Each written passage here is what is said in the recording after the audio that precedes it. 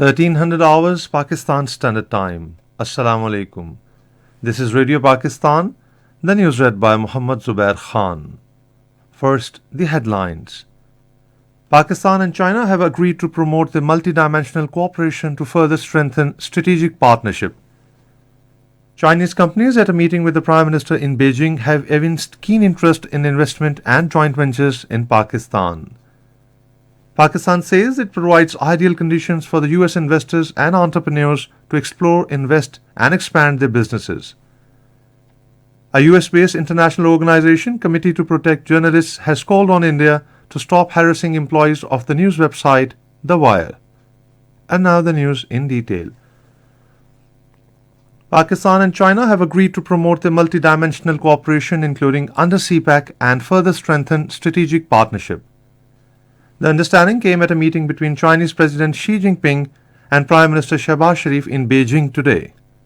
The meeting focused on bilateral cooperation, especially in the industrial sector. Chinese President Xi Jinping has assured that his country will continue to extend support to Pakistan for sustainable economic development and harness its potential as a geo-economic hub. He made the remarks during a meeting with Prime Minister Shehbaz Sharif at the Great Hall of People in Beijing today.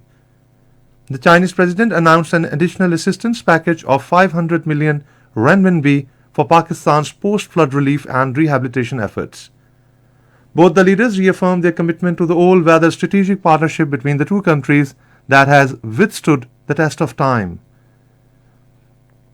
The Chinese companies have evinced keen interest in investment and joint ventures in Pakistan.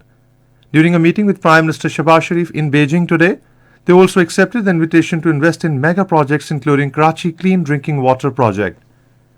The Prime Minister invited the top-ranking Chinese companies to visit Pakistan and offered them to jointly work on his government's initiative of generating 10,000 megawatts of electricity through solar. The Prime Minister stressed for accelerating pace of work on Gwadar Airport.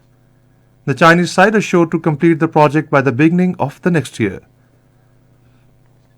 Pakistan's ambassador to the United States, Masood Khan, has said Pakistan provides ideal conditions for the US investors and entrepreneurs to explore, invest, and expand their businesses.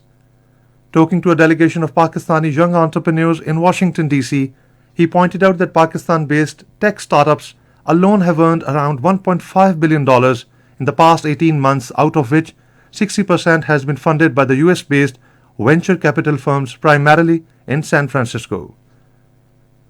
Special Assistant to the Prime Minister Rana Ehsan Afzal Khan said stabilizing the country's economy and offering a conducive atmosphere to foreign investors are the topmost priorities of the government.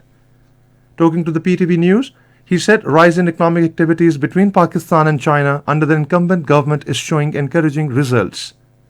He said that the present government, with its pragmatic long-term policies, would not only control the economic decline but also put the economy of the country in the right direction. A US-based international organization, Committee to Protect Journalists, has called on Indian authorities to stop harassing employees of The Wire, an Indian news website, and let them work freely. According to media reports, officials with the Delhi police searched the New Delhi office of The Wire and terrorized the editors. The searches were in relation to a police investigation into The Wire based on a complaint from Amit Malviya, an official with the ruling Bharatiya Janata Party. During the raid, which lasted about 6 hours, the police seized digital accessories of the editors. In the ICC Men's T20 World Cup against Bangladesh at Adelaide, India were a few runs short while ago. Earlier, Bangladesh won the toss and chose to field. Meanwhile, Netherlands beat Zimbabwe by 5 wickets at Adelaide today. Batting first, Zimbabwe scored 117 runs and were all out in the allotted 20 overs. In reply, Netherlands achieved the target in 18 overs for the loss of 5 wickets. Pakistan will take on South Africa at Sydney on tomorrow at 1 p.m. Pakistan Standard Time. And that is the end of the news. For more news and analysis, log on to our website radio.gov.pk and also watch live video streaming of our bulletins on the link facebook.com/Radio Pakistan News Official.